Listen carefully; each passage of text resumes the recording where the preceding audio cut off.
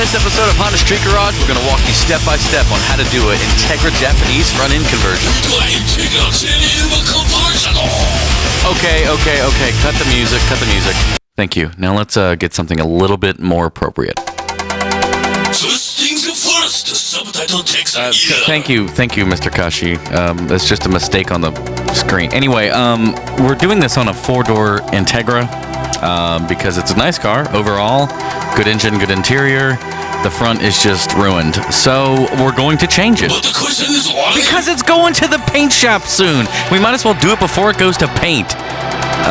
Besides, it's going to give us 200 extra horsepower. It's also going to make us do a 9-second quarter mile. And girls will think we're awesome. And that's the main reasons why we're doing it. Duh. Did you say girls?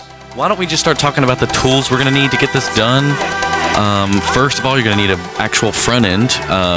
The ones that come from Japan have the headlights, radiator support, hood, fenders, and bumper. So let's get started. Oh my God, really? Every time, really? Okay. All right, the first thing you're going to have to do is break down this Japanese front end. You're going to need a 10mm socket, a 12mm socket, a Phillips head screwdriver, a flathead screwdriver, possibly some pliers.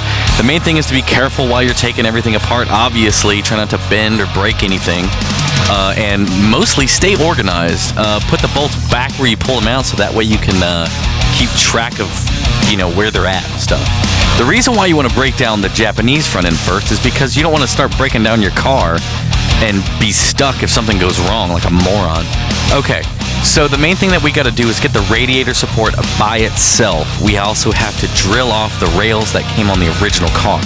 Now the spots to drill out are pretty obvious. There's indentions of where you need to drill, and then you just kind of follow along and make sure you take your time. If you go too fast and try to push through the metal too fast, you'll end up overheating the bits and snapping them in half. Here's a shot of the first rail finally drilled off. A lot of times what'll happen is you'll drill holes, but maybe you'll miss, a little bit here or there, or they'll still be somewhat welded. So the best thing to do is get a chisel and a hammer and bang them off.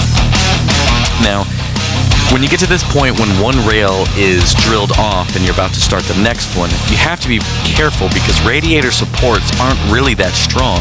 So it will flex and bend as you try to drill the other half off. So that's something to keep in mind when you're doing this. These drill bits are fine. They're actually the best ones to use. They're the perfect size. They cut right through the metal. The only problem is if you push too hard and go too fast, you will snap them. And we went through about 4 of them in about an hour's time, which was, way too fast. We had a lot of drilling left to do. Luckily, we found comparable bits at a Harbor Freight store. We found a 10-pack for about $5, but they were the same strength. They didn't cut through the metal as well, but they got the job done. Now here's the radiator support all drilled out, ready to go on the car. I know what you're thinking. Oh God, it looks so good. Yeah, but no. Just buy a brand new one of these and save yourself about 4.5 hours of hell of drilling and banging and, risking screwing the whole thing up. Since we're ready to put the thing on the car, now we got to break down the car and get it ready to go on.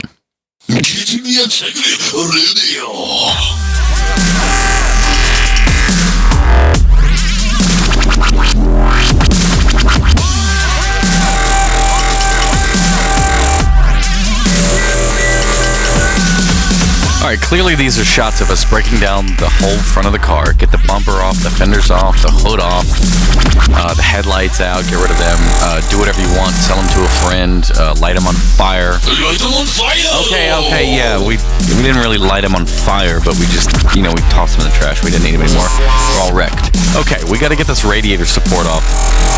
You don't have to disconnect the radiator or air conditioning. We just got a damn sawzall and started hacking.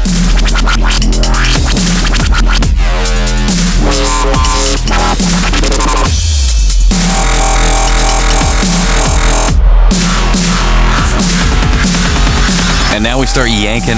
We did have to drill out some of the spot welds and then mostly use a hammer and chisel to get this damn thing off. Did not want to come. Bang it with the hammer. Bang it with the damn hammer, yes. We had to bang it with the hammer a lot. This Cut process... with the sawzall. Yeah, we cut it with the sawzall, obviously. Get the damn thing off authority. Obviously. Yeah, we wanted the damn thing off. You know, it's just, you gotta... Success. Okay.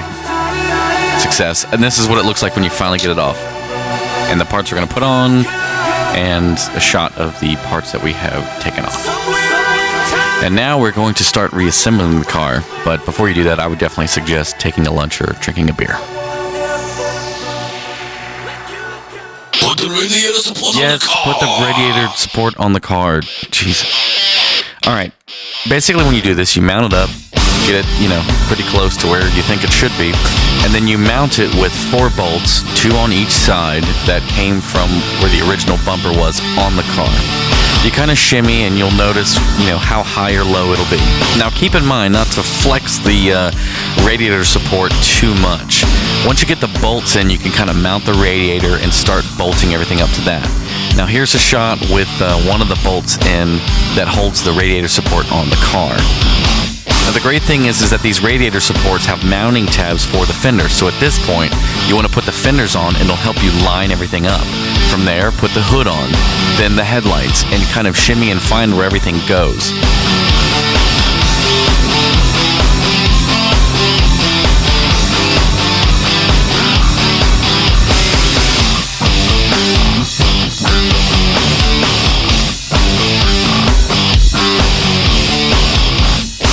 Now, for the headlights, these damn headlights were probably the most unexpected pain in the ass that we didn't see coming. These headlights were HID, so we had to make room for them. And the way we did it on the passenger side is we got rid of the mounting bracket for the ABS module. We had to just pull it out. Now, when you put the headlight in, it will snug up against it and keep everything nice, safe, and tight. Now, for the driver's side, we had to basically get rid of the washer fluid reservoir. We had to take that out to make enough room for the HIDs. Wiring for these headlights is actually more simple than getting the ones without the HIDs. Most of the wires were color to color, but you can look online and find the wiring diagram. Now make sure that you remember to wire up the blinkers properly, the side corner lights properly, and you're also going to have to keep pulling the fenders off, putting the bumper on, just making sure everything lines up nice. The great thing about these front ends is that you can bolt them up completely and then drive away and go take it somewhere else to have it welded on. That's what's great about these. But this is the final product. Enjoy. Thanks for watching On the Street Garage.